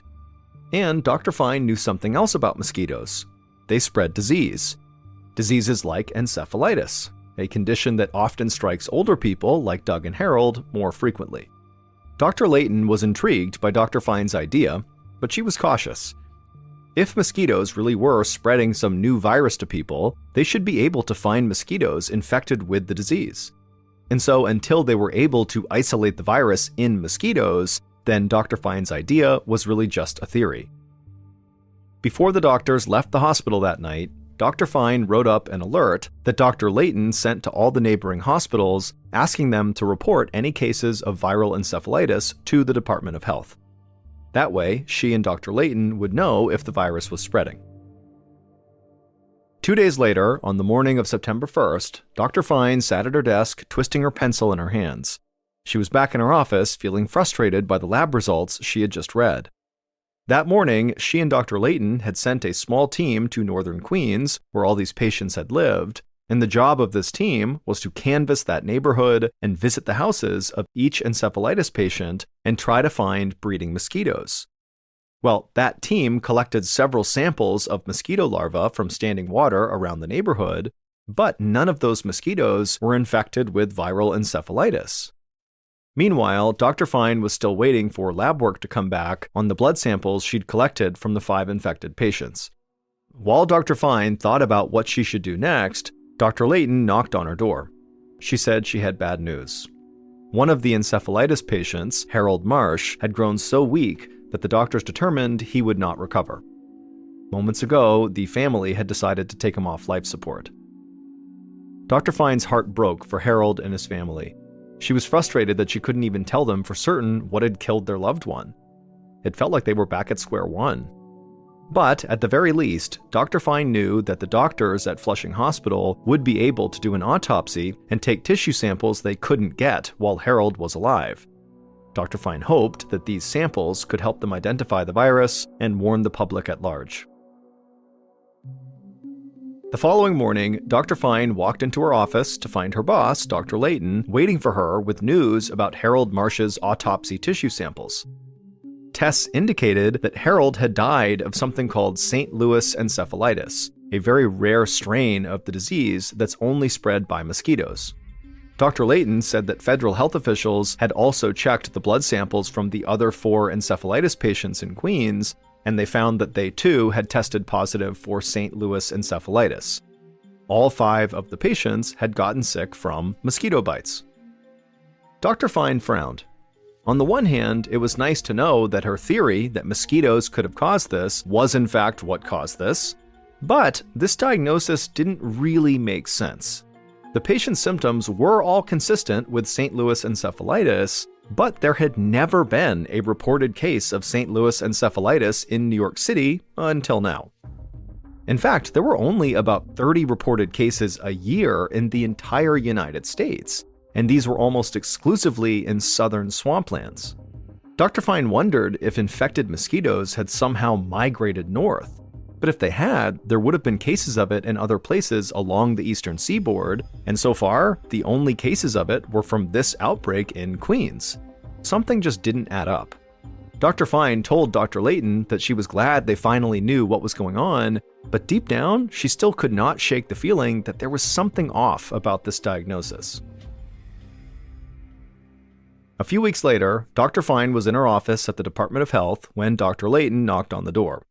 When she came in, she had a very serious expression on her face. Dr. Layton explained that she'd just gotten off the phone with the U.S. Centers for Disease Control, and Dr. Fine's suspicions were correct. The virus they were investigating was not actually St. Louis encephalitis. It was much worse. A pathologist at the Bronx Zoo, of all places, had figured out the mistake. She'd been trying to understand why all these birds were dying all over the city, and she had discovered that they were actually contracting some form of encephalitis. And then after she learned about the St. Louis encephalitis outbreak in the city, she began to investigate whether that was what was killing all these birds. But tissue samples from the dead birds showed no sign of St. Louis encephalitis. Instead, the birds had a different strain that can easily be confused with the St. Louis strain, but it's actually much more dangerous. And the birds were loaded with this different strain. In fact, the birds got this strain of encephalitis at such a high concentration that a mosquito sucking their blood could pass on the disease to the next creature it bites, including humans. And sure enough, when the CDC retested the blood of the patients at Flushing Hospital, they found that they too had the same strain of encephalitis as the birds. This strain is known as West Nile virus. West Nile is something that likely lots of people have heard of, but it's actually even more rare than the St. Louis strain, at least in the United States, because until this point, it had never been seen in the United States. It was only really seen in Africa. The CDC suspected that an infected mosquito from some other part of the world had found its way onto a plane maybe and then come to the US that way, or maybe a sick bird had gotten onto a boat, and that's how the disease came to the United States. But now that this disease had crossed the ocean and arrived in the US, Dr. Fine knew it was here to stay. By the time the CDC put the puzzle together, as many as 1,900 residents of northern Queens were infected with West Nile virus. 62 people landed in the hospital, and 7 people died that summer in 1999 before the mosquitoes disappeared with the fall. And in the years since those initial cases, over 56,000 people have been infected in the United States.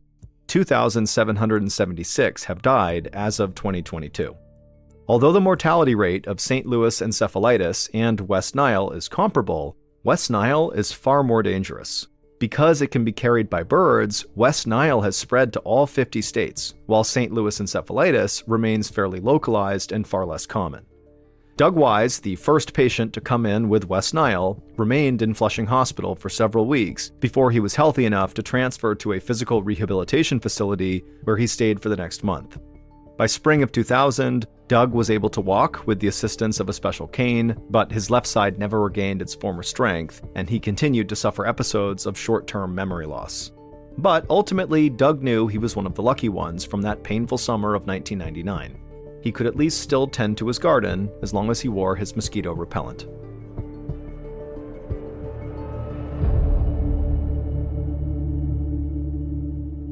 1955, Catherine Knight had the misfortune of being born into a highly dysfunctional and abusive household. Not only was she badly mistreated by her alcoholic parents and cruel older siblings, she was also scorned by the people who lived in the town with her simply because they didn't like her family. Catherine lived in a very small town in New South Wales, Australia, where basically everybody knew each other's business. But despite the abuse, Catherine always tried to focus on the future. She would tell herself that as much as my life is miserable right now, in the future I will have a family of my own and I will take care of them the way I wish my family had taken care of me. But when Catherine became a young woman and began dating men, all of her relationships would always crash and burn because inevitably she and her partner would become toxic and abusive and it would end the relationship. It was like Catherine both didn't know how to be a quality partner and didn't know how to identify a quality partner, likely because she didn't know what that looked like. She had been raised in this horrible household. But in 1995, when Catherine was 40 and really starting to feel desperate for someone to actually love and to love her back, she would meet a man named John Price, who was also 40,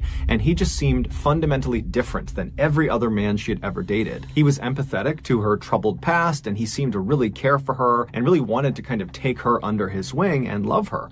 And so immediately Catherine just fell head over heels in love with John, and in return it seemed very much like John had fallen head over heels in love with Catherine. That year, Catherine moved in to John's house where he lived with his 3 young daughters, who right away took a liking to her. And so for the first time, Catherine felt like her life was really going the way she wanted it to go. But unfortunately, this would not last. Despite the seemingly perfect start to Catherine and John's relationship, it eventually began to sour when Catherine began to ask John if they were ever going to get married.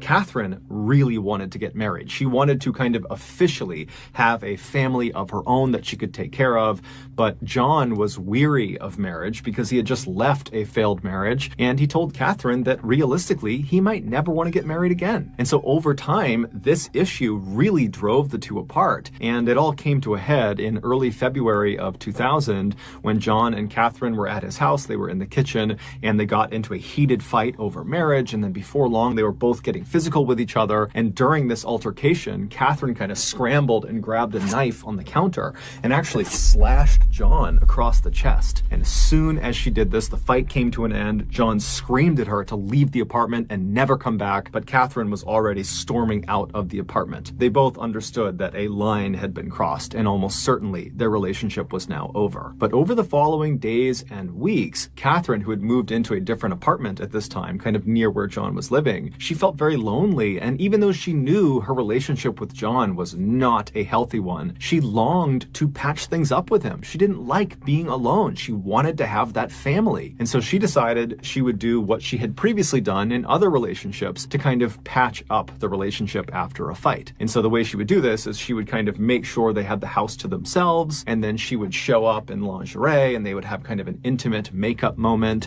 and then everything would go back to normal. So on February 29th, Catherine waited until she knew John had left for work, and she went over to his place, and she had a key to it still, and she went inside and his 3 daughters were there. And so Catherine said hello and she chatted with the kids for a minute, and then she made arrangements for the 3 kids to go get picked up by a babysitter and spend the night outside of the house. And so then when the babysitter came by the house and picked up the 3 girls, Catherine said goodbye to them, and then Catherine left John's place and she went out to get her lingerie. Later in the evening, when John came back to his house, he went inside and he found his kids weren't there, but there was a note from Catherine that explained where his kids were and how she wanted to make up with him and she would be back in a little while. Now, John was not happy about this. He was angry that she had decided to just come into his house without asking him. That felt very violating. And then also she made a decision about his kids without talking to him. That just felt so offensive and wrong of her to do. And so John grabs a beer out of the fridge, he sits down in the living room, and he begins to wait for Catherine to show up. The next morning at 6 a.m., John was supposed to be at work already, but he wasn't. And so his company, who knew he was very reliable, were concerned something was wrong. And so they sent a worker to his property to see what was going on. And so the worker, he pulls up in front of John's house. You know, John's car is in the driveway. And so the worker's first thought is, oh, I guess John must have overslept. And so the worker walks up onto John's front porch and he knocks on John's front door, but there's no answer. And so the worker knocks again, still no answer. And so this guy turns around to leave and go back and tell the company, look, I don't know what's going on. But as he's turning around, he notices on the very bottom of the outside of the door, kind of near the edge, the front edge of this door, there looked to be some blood on the outside of the door. It was pretty easy to tell it was blood. And so the worker was immediately very concerned and he knocked again on the door, but no answer. And so he ran around to the side of the building and he began banging on the windows of John's house to hopefully rouse whoever was in there to come out and to make sure things were okay, but there was silence. And so the worker ran back to his car, he drove back to his office, and after he told his boss what he had found, they decided they had to call the police. The police would show up at John's residence at 8 a.m., and when they got there, John's vehicle was still in the driveway, the house was quiet and dark, and so the police, they walked up to the front door, they knocked on the door, there's no answer, it's silence, and so they walk around to the back of the property to try the back door, and as they're walking into the backyard, they see in the middle of the grass, right behind a window that led into the house, there was this plate of food that had been clearly thrown out of the house and landed face down on the grass. And so the police see that, they're thinking that's pretty weird. And so what they do first, before even going to the back door, is they turn to the window, which clearly the food had been thrown out of, but whoever had done it had then shut the window. And so they go over to the glass and press their faces up against it and peer inside. And there's no John, there's no people, there's nothing inside, it's dark. But right inside of this window is this big dining room table, and it's covered with this amazing spread of food. It looks like a Thanksgiving Day meal had been prepared, but then no one had eaten from it. And so they're thinking, okay, well, for whatever reason, one of these plates of food was thrown out the window. That's very odd. And so the police come off the window, they walk over to the back door, they knock a few more times, but after even more silence, they kick the back door down and they go inside. As soon as they step in, there's 2 officers.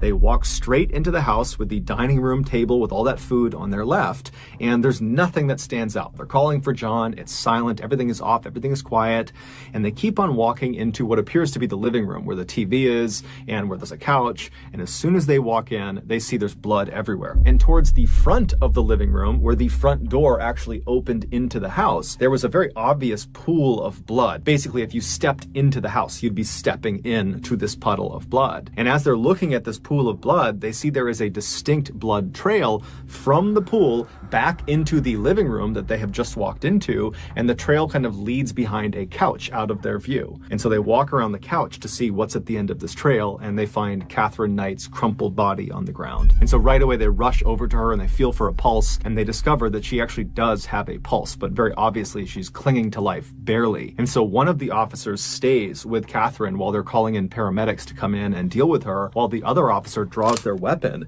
and they begin searching the rest of the house. And so the officer walks past the front door on their left, and they go into the other side of the first floor, which is basically like this lounge room, kind of like a secondary living room. And as they're looking out across this room, they see there's no one in it, but there appears to be this curtain blocking the entrance to some other side room. And this officer, as they're looking at it, they look down and they notice there's another blood trail that starts from the front of the house. It snakes all the way across this lounge room and kind of disappears into this covered up room. And so this officer yells out for John, but there's no answer. And so he ends up going all the way across, checking as he's going, looking around, but there's no one there. And he gets to this towel, and with his non-shooting hand, he kind of pushes it out of the way, and he looks inside of this space. And it turns out to just be a small closet. There was nothing of note inside. It didn't really make sense that the blood trail had led to this closet. But then, as the officer is kind of wondering why the blood trail ended here, he started to feel something cold on his non-shooting arm. And so he looked down at his arm, and he saw there was this huge streak of blood on his arm. And he knew he had not been wounded in some way. This was not his blood. So how did he get blood all over him? And then he stepped back in horror, because he realized the curtain that he had just moved with the arm that had blood on it was not a curtain. The night before, John sat in his living room waiting for Catherine to return, very angrily waiting for her to come back. But by 11 p.m., she hadn't. And John, he works super early in the morning. He's very tired. He decides to just go to bed. And so he climbs into bed, he falls asleep. And then about an hour or so later, Catherine would walk into the bedroom. She had her black lingerie on that she had bought earlier in the day. And even though John was furious with her and very upset with what she had done that day, seeing her like this suddenly made him think, you know what, all my issues with her can wait. And before long, they were getting intimate together in the bed, and then they fell asleep in each other's arms. Later in the night, Catherine would wake up. John's still fast asleep, so she's looking right at him, and she suddenly has this intense sense of disgust. She was convinced that he was taking advantage of her, that the reason he didn't want to marry her was he was just kind of using her. And this anger inside of her boiled up, and she decided right then and there that I need to teach this man a lesson he will never forget. And so Catherine very quietly slipped out of the bed. John's still sleeping. She snuck out of the bedroom. She made her way out of the house, and she got into her car, and she drove across town to the apartment she had been staying in for the past couple of weeks, and she grabbed her work tools. Catherine, where she worked full time, was a meat processing factory, and she worked on the kill floor with the animals that are being turned into meat. And so her skill set was butchering, and her tools were butcher's knives. And so she grabs her kit of butcher's knives, and she drives back to John's place. She goes into the house, she makes her way into the kitchen, and she unrolls this kit full of different sized butcher knives, and she picks the one she wants, she pulls it out, she makes sure it's nice and sharp, and then she made her way into John's bedroom. When she got into his bedroom, John was still asleep. He was lying on his back, covers up over him, fast asleep, and she climbed onto the bed, being very careful not to wake him. And then when she was straddling him kind of on her knees right over his midsection, she raised the knife up between her two hands, and she brought it down into his chest. John immediately shot up, bucking Catherine off of him. She went flying onto the floor, and then instinctively, John just begins running out of his bedroom. He has no idea what's happening. He's been stabbed, but he probably can't even feel it. It's all adrenaline. He is just running through the house. But by the time he gets to the front of the house, the blood loss had caused him to be so weak he could barely stand. And so he managed to open the front door, but then he collapsed onto the ground halfway between the inside and outside of the house. And so laying there, he reached out with his bloody hand, and he grabbed the edge of the door that was partially open and tried to pull himself out of the house. And that's how that bloody print was left on the outside of the door that the worker saw. And as he's trying to pull himself out of the house, Catherine, who had gotten up after being knocked off the bed, she ran to the front of the house, and she grabbed his legs, and she pulled him back into the house and then shut the door. And then once he was inside, she got on top of him and stabbed him an additional 36 times all over his body. And then she left him there to bleed to death. And so while he's dying, she goes into the kitchen and she puts on a large pot of water to boil. And then she began setting the plates all around the dining room table for a big family meal. After she was done setting the table, she went back over to John, who was now deceased at this point, and she dragged him all the way across that lounge room on the other side of the house that the officer walked through and then found that curtain. She dragged him all the way across that room to right in front of that closet, and then using her expert skills from working in the meat factory, she proceeded to skin John from his neck all the way down to his toe. And she was so good at it that she was able to skin him in one piece. And she took this skin suit and she draped it over the entrance to this closet. And then she removed John's head from the now skinned torso, and she placed it in the water that she had put on to boil earlier. She was going to use his head to turn it into some sort of broth or gravy. And then she grabbed his skinned torso and dragged it into the kitchen and began butchering it and then making different dishes with his meat, different pies and casseroles. And then after she had made this enormous feast out of John's body, she set the food all around the table that she had already laid out, and then she made little placards, little name cards that had the names of each of John's children on them, and she placed them in front of each of the plates because her intention was to feed them their father. And then Catherine sat down at a plate that she had made for herself, and she began eating John, except it made her sick, and so she opened the window behind her and she threw her plate of food out into the backyard. And then when she turned back around and looked at what she had done, she decided that instead of facing the consequences, she would just take her own life. And so she went into the bathroom, she grabbed some sleeping pills, and then she cut across the front of the house, walking through that pool of blood near the door. She made her way into the living room, she overdosed on sleeping pills, and collapsed on the ground. However, when the paramedics finally showed up the following morning, they were able to save her. And so once she stabilized in the hospital, she was promptly arrested for John's murder. She would ultimately be found guilty. However, she would never take any responsibility. And then during her sentencing phase, she was given life in prison, but the judge made a special clause just for her. He told them that her file needed to be stamped, literally stamped, never to be released. Basically, there was no hope ever of her getting out of prison. And so after she was taken away, she would become the first woman in Australian history to be sentenced to life in prison without the possibility of parole. She is still alive today. So that's